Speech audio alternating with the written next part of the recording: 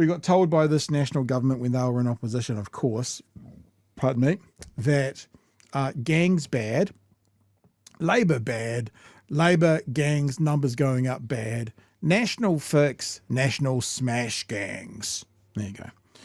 That's the story we got before the election. There's a small fly in their ointment, and that's there are now officially more gang members than there've ever been. So I think we're in the multiverse. Let's see if Luxon and Mark Mitchell can sort it out for us. The number of gang members has soared to a record high. For the first time, there are now more than 10,000 patched gang members and prospects. And while some suspect the true number may be even higher, the Prime Minister maintains his government is smashing. Well, of course it's higher, because if they're not patched anymore, you're not going to know about a whole bunch of new ones in town. Of course it's higher. The gangs. Here's senior political reporter Benedict Collins. Cracking down on these guys has been a key goal for the government. Are definitely going to go after gangs. We're going to make their life a misery. It's becoming really uncomfortable to be a gang member in New Zealand. We're actually tough on crime. We're clamping down hard on the gangs. But it appears the gangs haven't got the memo. Instead, they're steadily recruiting. In October 2023, at the time of the election, there were just shy of 9,300 gang members. How do we feel about TVNZ's use of spray paint on the wall, Chewie? We okay with that? Does that work? Let me just say, if there's one... I think if I was in charge of graphics, I would have it as a mob-style tattoo across the chest. That would be cool. I don't know if I'm more impressed or more disgusted when Luxon gets told a cold, hard fact, we're going to smash the gangs. Yeah, but the numbers have gone up to record amounts. Yeah, but we are smashing the gangs. Like that staying on message thing. I don't know if it's impressive or if it's some kind of nervous tick. If that's true, if you're smashing gangs and there are now more gang members, please stop smashing the gang. Just stop, because it's not working. You're smashing a gang member, and then another one grows, like two grow back. Yeah, maybe it's that. What's the name of that dog out of is it Cerberus, the three-headed dog? But you cut its head off and two grow back. Hydra. No, that's the Hydra. Okay. All right, we'll keep going. According to police, this month a new record, there are now more than 10,000. We are going after the gangs. We're making their life as difficult as possible. Why are the numbers going up then if you're making life as difficult as possible? We're not going to reverse what happened under 6 years of the Labor. No, Mr. Luxon, we own this. Mark, talk to your boss. We own this. We own this. We own this. Remember, you don't get to play both. We own this now. We're not going to reverse what happened under 6 years of the Labor government. You saw a huge about what's happening under your watch, right? Not about the previous government. I'm explaining to you, we're not going to reverse what happened under a previous Labor government in 6 years. We saw a massive increase in gang numbers. Insisting it's good news that gang numbers are rising more slowly than they were. We're definitely heading in the right direction. Shouldn't they be falling though? Shouldn't the overall numbers be falling? We're heading in the right direction. The numbers are going up. No, but they're going up more slowly. But the numbers are going up. Not the right. That's still the wrong direction. Not the right direction. Bringing in good policies. Well, they are falling. They've gone up 700. Well, we've stopped the rate of increase. We can't identify the gangs anymore because insignia has been banned. So perversely, we may see the numbers come down on this list. It's not reflective on anything on the street except gangs have become more invisible.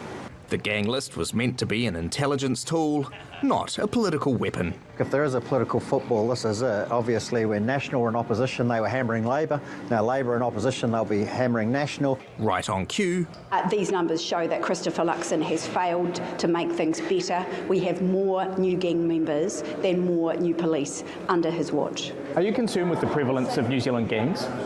Well, again, what we've been working hard on is to smash up the gangs. They're 1/4% of the population, driving 25% of our violent crime. The smashing's not going very well. I'm proud of the progress that we've made. I mean, putting the gang patches in place, many people said it couldn't be done, but we've got to keep smashing them up. The police say that they're making twice as much money as they were a year ago through methamphetamine. I mean, you're not smashing them. Well, there's no doubt about it. Methamphetamine is, we've got challenges around border, around through the Pacific in particular. Labor's not buying it.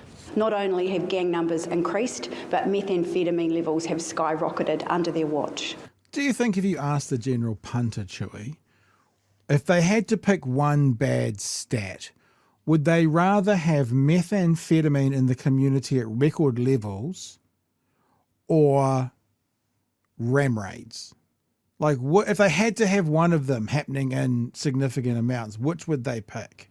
I know it's maybe not as easy as it sounds, because if you're involved in the retail industry, you might say methamphetamine. But to me, at least, record rates of methamphetamine, and we've heard this before, are almost like an increase that they've seen nowhere in the world, seems to be far worse than ram raids. So you spent 2 years talking about Labor bad ram raids. So is it fair to now say national bad methamphetamine? National bad methamphetamine, national bad leading to death methamphetamine, national methamphetamine. National gang numbers go up, national not smashing gangs. Chewie. So I'm just using syllables that Luxon will understand. Yeah, I'd love to draw this on a whiteboard in front of him and just hit him with a wet tea towel every time he says, but I'm proud of the gang patch. People said we couldn't do the gang patch. No, people said it would be a breach of the human rights. People said that it wouldn't be effective. People didn't say that you couldn't do it. Yeah. People said it was you a waste shouldn't do of it. time. Yeah, you shouldn't do it, but not couldn't do it. Nobody said you wouldn't be able to pull it off. Everybody knew that you'd be able to pull it off. People said it would be dumb and ineffective. And we've seen a growth in gang numbers, and we've seen the price of meth plummet. Yep. And this is not a win. Okay, this has only got 30 seconds to go. And the meth trade is now one of 3 drivers for people to join gangs. A sense of family, a sense of brotherhood, particularly if your family has been deficient in those areas. Another is, I think, a second one, is a sense of status. And in recent times, there's a third one, perhaps, and that's a potential source of income, primarily through the drug trade. Whatever the reason, the national gang list continues to be used as political ammo.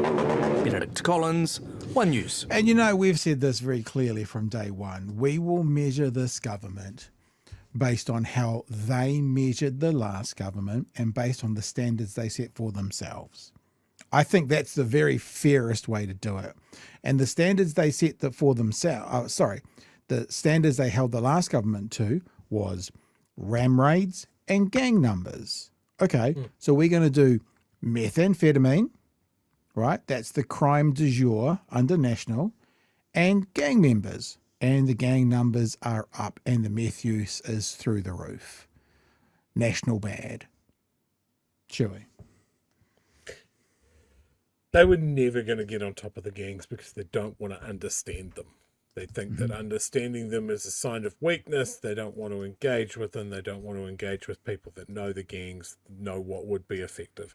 They don't even want to listen to the police that have been effective in rolling up, in some cases, entire chapters in a long-term investigation.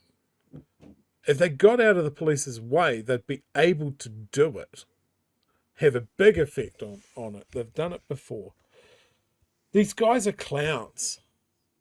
Their puffed out chest bravado has just blown up in their face, and all that they can do is stammer like, oh, we're very proud of what we've done, but nobody said that we could do it, and we're heading in the right direction. It's all bullshit. It's all bullshit. And you can't tell me that the public is not noticing the layers of bullshit, the empty words on every topic now. Everything they have said is shown to be smoke and mirrors, outright lies, corruption, incompetence, lack of leadership. Jesus, he might be pretty worried about getting booed at the netball. I think it's only going to get worse. We've seen this right from the get-go, but we've also said that we're a bunch of politics nerds that follow this stuff, and the general public sometimes lags a bit behind. I think it is catching up on them.